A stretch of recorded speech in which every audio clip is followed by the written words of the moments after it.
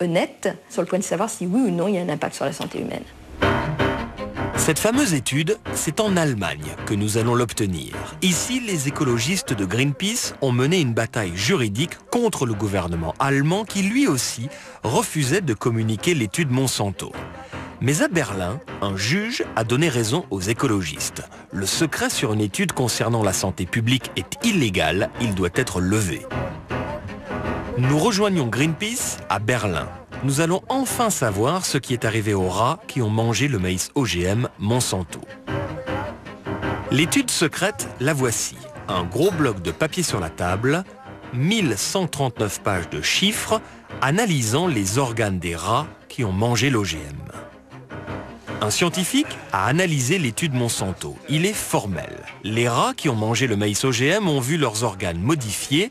Ils ont subi des lésions aux reins, au foie, au sang. Chez les rats mâles et femelles, l'albumine et les globulines ont été affectés. Il y a des différences majeures entre les rats qui ont mangé l'OGM et ceux nourris au maïs naturel. Comment le ministère de l'Agriculture français, chargé de veiller sur la santé des citoyens, a-t-il pu donner un feu vert à cet OGM en connaissant cette étude sur les lésions des organes des rats?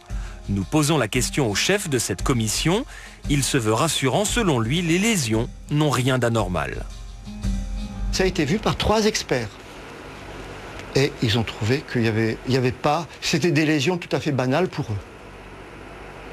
Ce sont des lésions qu'on trouve chez les rats qui commencent à vieillir. Seulement voilà, chez les experts du ministère, tout le monde n'est pas du même avis. Pour ce professeur de biologie, le vieillissement des rats est un faux argument. Évidemment qu'on va trouver certaines de ces lésions chez les vieux rats, mais là, c'était des lésions qui étaient en plus grand nombre chez les rats qui avaient mangé des OGM que chez les rats qui n'en avaient pas mangé. Reste à savoir pourquoi la firme OGM Monsanto a tant rechigné pour rendre publique cette fameuse étude. Monsanto a refusé toute interview, mais il a accepté de répondre à des questions écrites. Question. Pourquoi garder secrète l'étude sur les rats qui ont mangé votre OGM? Réponse de Monsanto, cette étude n'est pas secrète, elle est confidentielle. Importante précision. Enfin, à nos autres questions sur leur maïs, Monsanto nous répond, les experts français et européens ont conclu à l'absence de risque pour la santé humaine et animale. Alors vrai ou faux? La réponse définitive devrait être apportée par un groupe d'experts indépendants dans les semaines qui viennent. Mais d'ores et déjà, ces scientifiques dénoncent une manipulation des statistiques. Et le professeur Seralini nous le montre au tableau. Alors, dans ces tests réalisés par Monsanto, il y avait un groupe de rats qui mangeait des OGM et un groupe de rats qui ne mangeait pas d'OGM, mais des maïs. C'est dans le groupe rouge OGM qu'on a vu des lésions sur les reins, sur le foie et dans le sang. Et Monsanto a dit, c'est vrai, il y a des lésions dans le groupe OGM, mais attendez. Monsanto a alors formé un nouveau groupe de rats qui n'a pas mangé d'OGM. Mais ce groupe contient 6 fois plus de rats que le groupe rouge OGM. On a plus de chances de trouver des malades dans un groupe de rats beaucoup plus grand, ce qui va évidemment rendre beaucoup moins important les effets qu'on va avoir là. Monsanto peut ainsi dire, voyez, les lésions, on en trouve aussi chez les rats qui n'ont pas mangé l'OGM. Seulement est-il scientifique de comparer un groupe à un autre 6 fois plus grand? Selon nos biologistes, c'est un tour de passe-passe. Les tests statistiques qu'ils ont utilisés étaient grossiers, peu performants, mal adaptés à l'ensemble de cette étude pour voir le début d'une maladie, par exemple, où l'ensemble des organes auraient été perturbés. Monsanto nous répond, ces critiques ne sont pas justifiées et insiste, les différences observées par l'étude ne changent en rien la sécurité du produit. Fort de cette étude minimisant les effets de l'OGM, Monsanto va tout faire pour vendre son maïs en Europe. Qui en décide? Les ministres de l'Environnement européens. Direction donc le Luxembourg, au mois de juin, quand les ministres doivent voter l'autorisation de notre fameux maïs sur le sol européen. La veille du vote, les militants de Greenpeace invitent les ministres européens concernés. Le but des écologistes, convaincre les ministres qu'il faut empêcher cet OGM d'arriver en Europe. Il faut voter contre, disent-ils, et ils leur montrent l'étude sur les rats. Sous la tente du beau monde, le commissaire européen à l'environnement et 2 ministres, celui du Luxembourg et celui des Pays-Bas. Greenpeace, donc, leur apprend ce que révèle l'étude de Monsanto.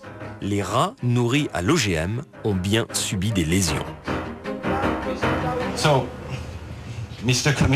Donc, messieurs les ministres et les commissaires, nous espérons vraiment que demain, vous allez décider tous ensemble de maintenir l'interdiction des OGM en Europe. Merci beaucoup.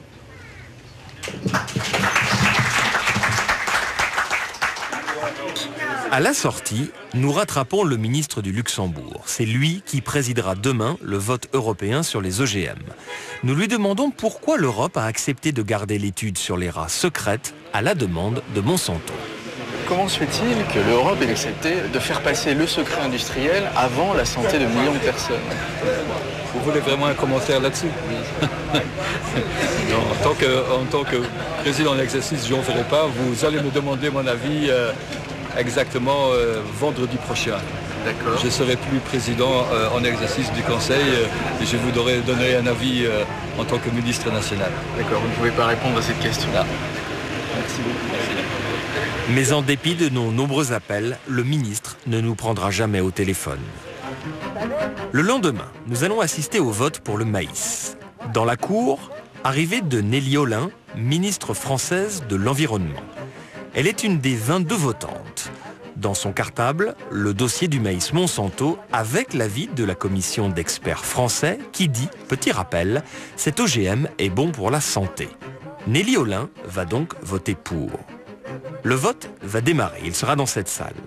Dehors, les journalistes attendent, peu nombreux. Au bout de quelques heures, une annonce au micro, on nous convoque pour nous donner le résultat du vote.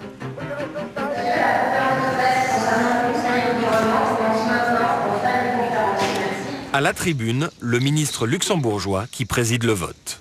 Merci pour la chaleur dans cette salle. D'abord, il nous annonce heureux que les ministres ont voté par précaution l'interdiction de 8 OGM en Europe. Ensuite, écoutez bien, il parle du maïs Monsanto qui nous intéresse. Une majorité qualifiée n'a pas pu être dégagée, de sorte qu'il reviendra à la Commission de prendre une décision. En fait, une majorité d'États européens a bien voté contre ce maïs, mais le règlement européen s'en moque, il fallait une majorité absolue. 2 mois plus tard, sans surprise, la Commission européenne de Bruxelles autorise le maïs Monsanto à l'alimentation en Europe. Autrement dit, le maïs Monsanto arrive en France. Fini les tests sur les rats, les cobayes désormais, c'est nous. Risque possible pour notre santé, totalement inconnu. À Paris, nous retrouvons le chef des experts français qui avait dit « le maïs Monsanto peut être consommé ». Nous le questionnons sur les dangers de ce produit à long terme. Et là, soudain, il devient plus prudent. Moi, ça me paraît, si vous voulez, scientifiquement... Maintenant, je peux me tromper. Je peux me tromper, mais disons qu'avec ma rigueur scientifique, c'est pour ça que nous avons voté pour... nous avons proposé à nos ministres de... Si vous dites que vous pouvez vous tromper, ça veut dire qu'un doute subsiste? Non. Non, mais... peut-être que dans...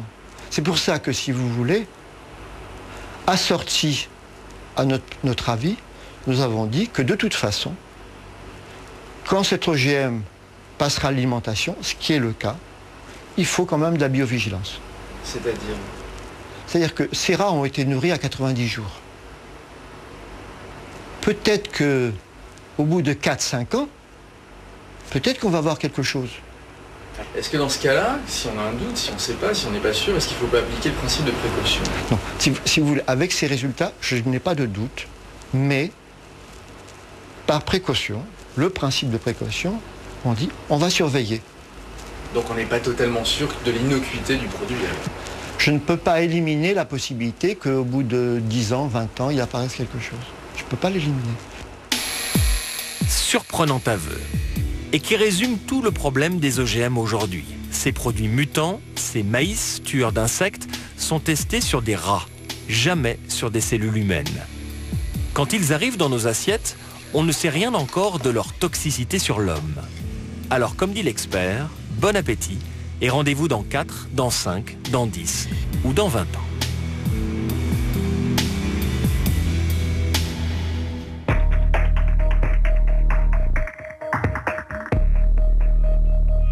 Avant de quitter le sujet OGM, cette note qu'on nous a fait parvenir, une note confidentielle du gouvernement français qui demande aux autorités européennes de Bruxelles de ne plus communiquer les résultats des études sur la toxicité des OGM, c'est-à-dire le danger pour notre santé, parce que, dit le gouvernement français, la communication, la publicité faite autour de ces études pourrait se révéler, pourrait nuire à la position concurrentielle des entreprises qui fabriquent des OGM. Merci pour la santé publique, merci aussi pour la transparence, car cette note n'est pas signée.